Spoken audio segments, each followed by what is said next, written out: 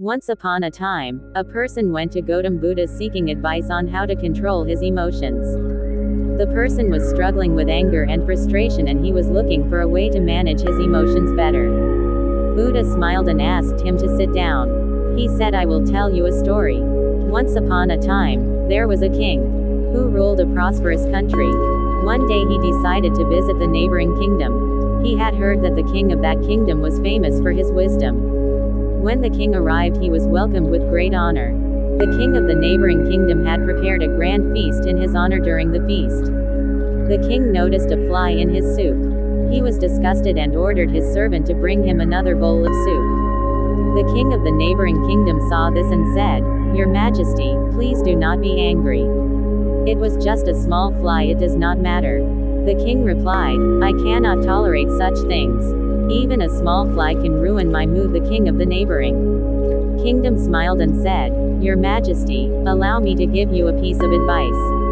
It is not the fly that ruined your mood but your reaction to it. You have the power to control your emotions. Do not let them control you." The king realized the wisdom in these words and returned to his kingdom from that day onwards. He started practicing the art of not reacting to situations that would previously trigger his emotions.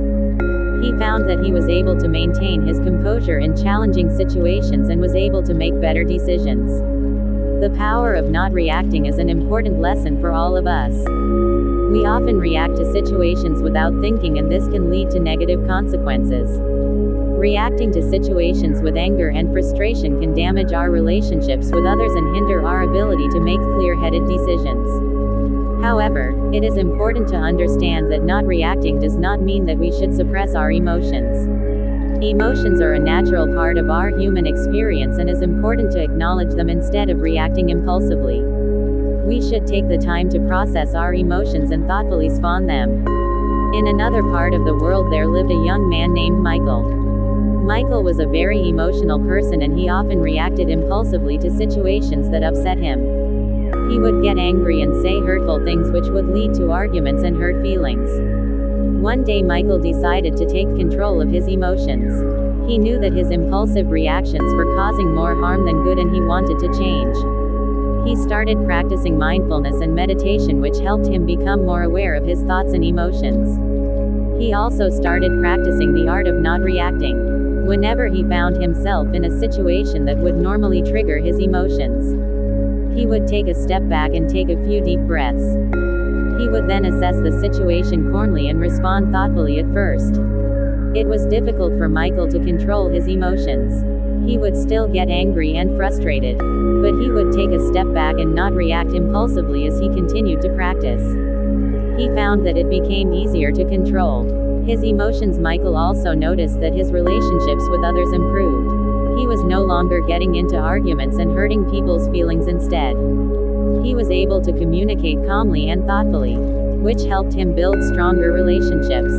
One day Michael's friend came to him for advice. His friend was going through a difficult time.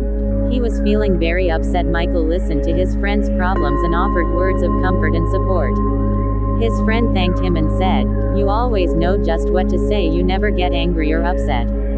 Michael smiled and replied, "It's not that I never feel angry or upset. It's just that I've learned to control my emotions and not let them control me. It's a powerful tool that has helped me improve my relationships and my overall well-being." Michael's friend was impressed and asked him how he learned to control his emotions. Michael shared his experience with mindfulness and the power of not reacting. He encouraged his friend to try it out for himself, and his friend was grateful for the advice. Over time, Michael became known for his calm and thoughtful demeanor. He was able to handle difficult situations with ease, and people admired him for his strength and resilience. He continued to practice mindfulness and the art of not reacting, and he found that it brought him a sense of inner peace and happiness. The power of not reacting is a valuable lesson that we can all learn from it. It takes practice and patience, but the rewards are well worth it. By controlling our emotions, we can improve our relationships, make better decisions, and live a more fulfilling life. Anyone except yourself. The only way to do great work is to love what you do. If you haven't found it yet, keep looking. Don't settle, as with all matters of the heart, you'll know when you find it. The greatest glory in living lies not in their falling, but in rising. Every time we fall, no one saves us but ourselves. No one can, and no one may. We ourselves must walk the path foreign.